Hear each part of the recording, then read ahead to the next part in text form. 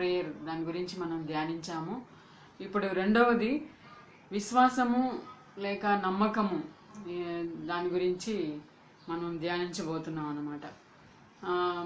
మరి కీర్తనలు 103:19 వచనాన్ని మనం చూద్దాం. కీర్తనలు 103:19 మనం చూద్దాం. యెహోవా ఆకాశమందు తన సింహాసనమును స్థిరపరిచి ఉన్నాడు, ఆయన అన్నిటి మీద రాజ్య పరిపాలన చేయుచున్నాడు. ఈ వచనాన్ని మనం చూసినట్లయితే ఆయన యొక్క గొప్పతనాన్ని గురించి మనకి అర్థమవుతుంది అన్నమాట.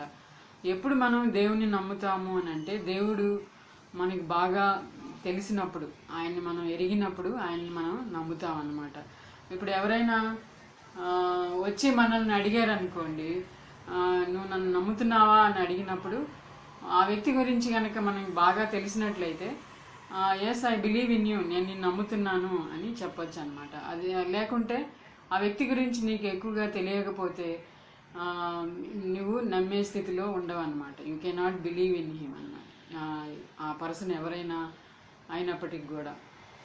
కాబట్టి ఇక్కడ కూడా దేవుని గురించి మనకి ఎక్కువగా తెలిస్తేనే మనము అంతగా ఆయన్ని మనం నమ్ముతాం అన్నమాట. కాబట్టి దేవుడు ఈ వాక్య ప్రకారం మనం చూసినట్లయితే, యెహోవా ఆకాశమందు తన సింహాసనాన్ని స్థిరపరిచి ఉన్నాడు, ఆయన అన్నిటి మీద ఆయన రాజ్య పరిపాలన చేయుచున్నాడు. ఆయన సర్వభౌమాధికారం కలిగిన దేవుడిగా మనం చూస్తున్నాం. ఈజ్ ద అల్టిమేట్, ఈ సుప్రీం గాడ్గా మనము చూస్తున్నాం అనమాట. ఆల్ నోయింగ్ గాడ్, అన్నీ ఆయనకి తెలిసిన దేవుడిగా మనం ఇక్కడ చూస్తున్నాం. ఈ రూల్స్ ఎవ్రీథింగ్ అనమాట. కాబట్టి అంతటి గొప్ప దేవుణ్ణి మనం నమ్మాలి. చాలాసార్లు మనం వరి అవుతూ ఉంటాం అనమాట. ఒకవేళ నీవు వరి అవుతూ ఉన్నట్లయితే ఆయన నమ్మటానికి మరి నువ్వు నమ్మలేవు. వరి అవుతూ ఉన్నప్పుడు, అన్ని విషయాలను బట్టి నువ్వు వరి అవుతున్నప్పుడు ఆయన్ని నమ్మడానికి అవకాశము ఉండదన్నమాట. చాలామంది భయభ్రాంతులకు గురి అవుతూ ఉంటారు. హార్డ్షిప్స్ వచ్చినప్పుడు, టఫ్ టైమ్స్ వారి జీవితంలో వచ్చినప్పుడు, డిఫికల్టీస్ వచ్చినప్పుడు, శ్రమల్లో, బాధల్లో, కష్టాల్లో మరి దేవుణ్ణి నమ్మలేని స్థితిలో వాళ్ళు ఉంటుంటారనమాట. కాబట్టి ఆయన్ని నీవు నమ్మే స్థితిలో ఉన్నావా?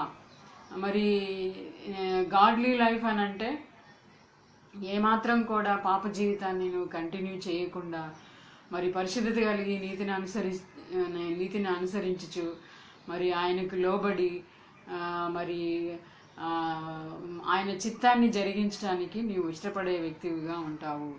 మరి 7 హ్యాబిట్స్ అని అన్నాను కదా, హ్యాబిట్స్ అనేటివి మరి అన్కాన్షియస్గా లేకపోతే కాన్షియస్గా కానీ మనం